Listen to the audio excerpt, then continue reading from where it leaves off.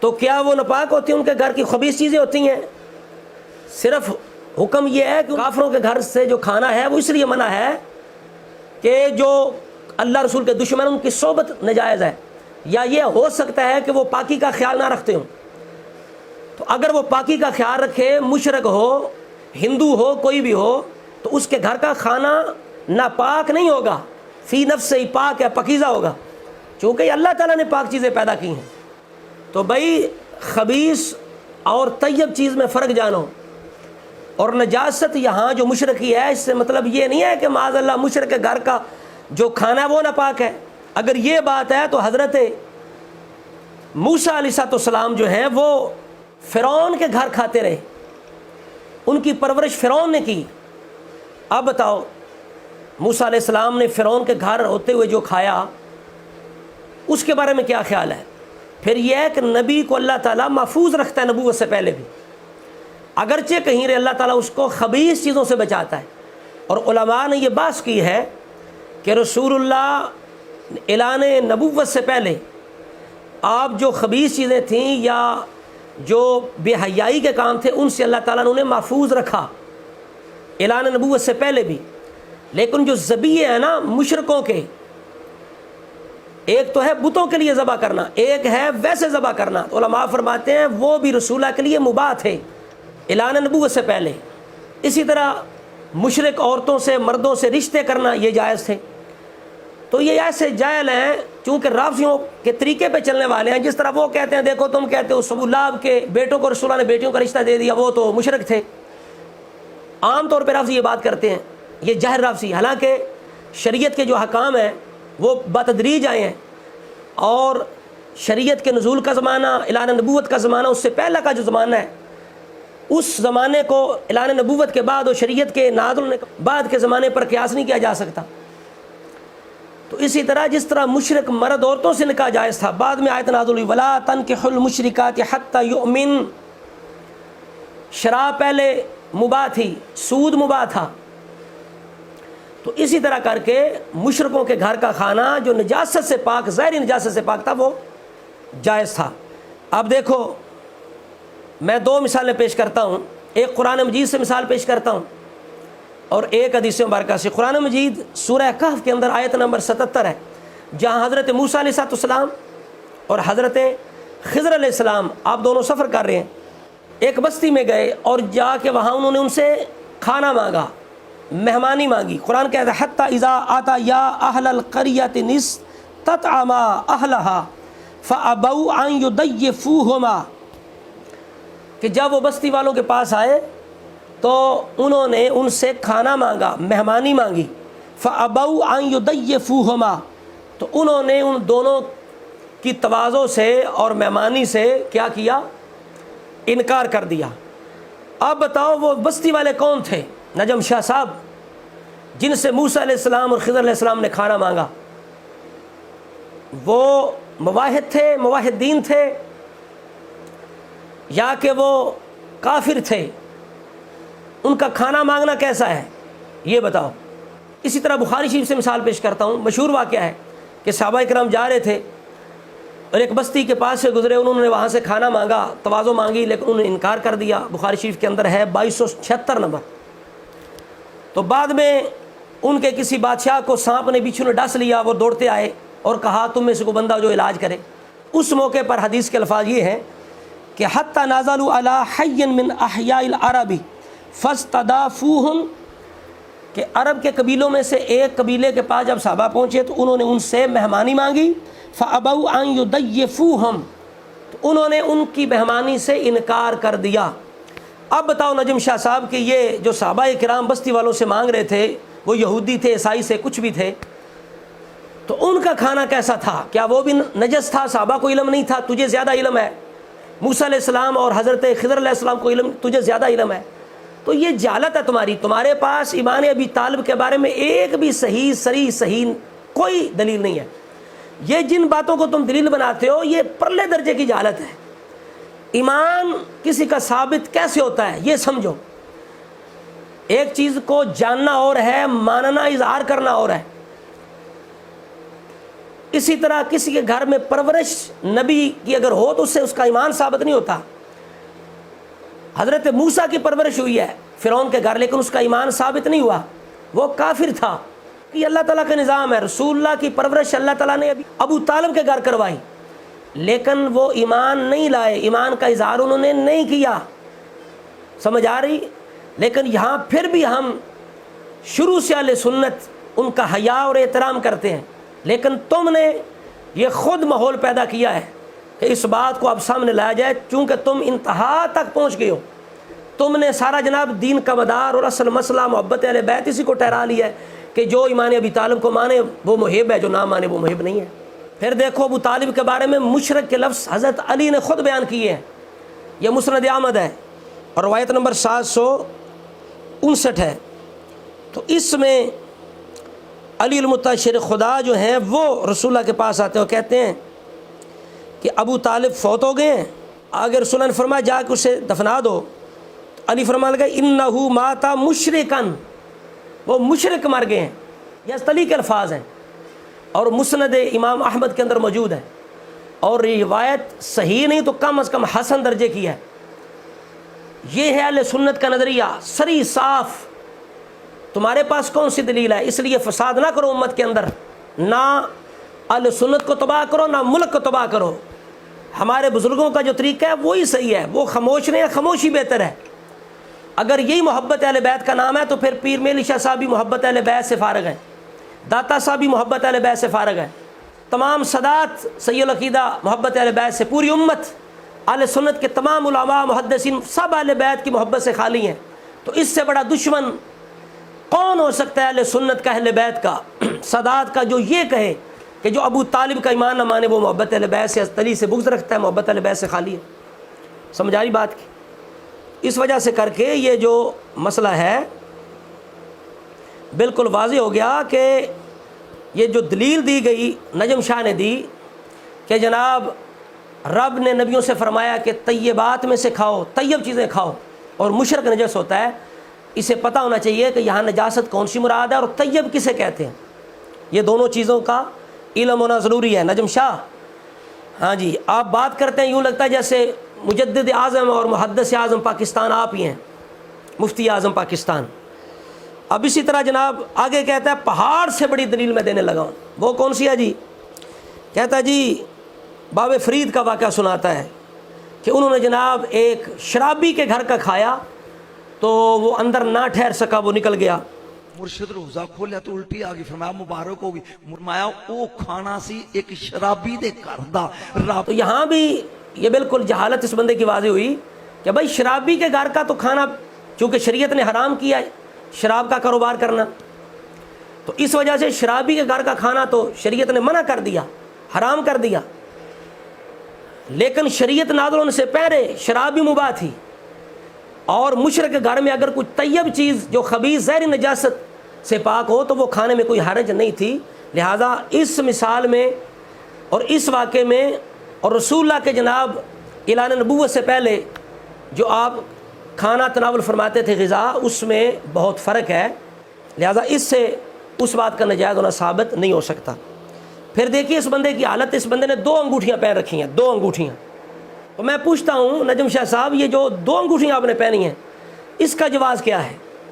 کیا شریعت کے اندر جو فقہاء کرام نے وضاحت فرمائی ہے، علماء اسلام نے، کتنی انگوٹھیوں کی اجازت ہے اور وزن کتنا ہونا چاہیے؟ یہ بھی آپ کی ذمہ ہے جناب کہ 2 انگوٹھیاں پہن کے اور ایک ناجائز حرکت کر کے آپ جناب تو علماء کو للکاریں، یعنی جو جہل ملنگ ننگ دھڑنگ ہے ان جیسی آپ کے حرکات ہوں، اور زبان آپ کی جو ہے وہ بہت تیز ہو، اور مداری کی طرح جناب آپ باتوں میں لوگوں کو گھیر لیں.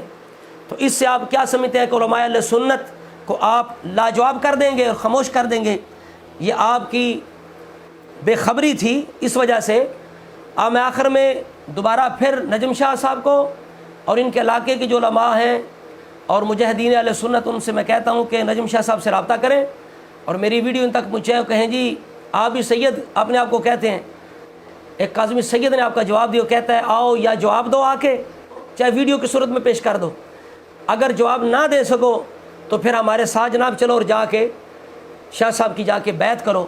ضرور شاہ صاحب سے یہ جواب لے کے دیں، نہیں تو آ کے شاہ صاحب میری بیعت کریں تاکہ اپنی بات کو پورا کریں، اس لیے کہ انہوں نے بڑے دڑلے سے اور سر ہم چیلنج کیا کہ جناب او مولوی ابو طالب تے کفر دے فتوے لانے والے ہو، میری پہلی دلیل دا جواب دیو، میں تہاڈی بیعت نہ کرا تو میں سید نہیں۔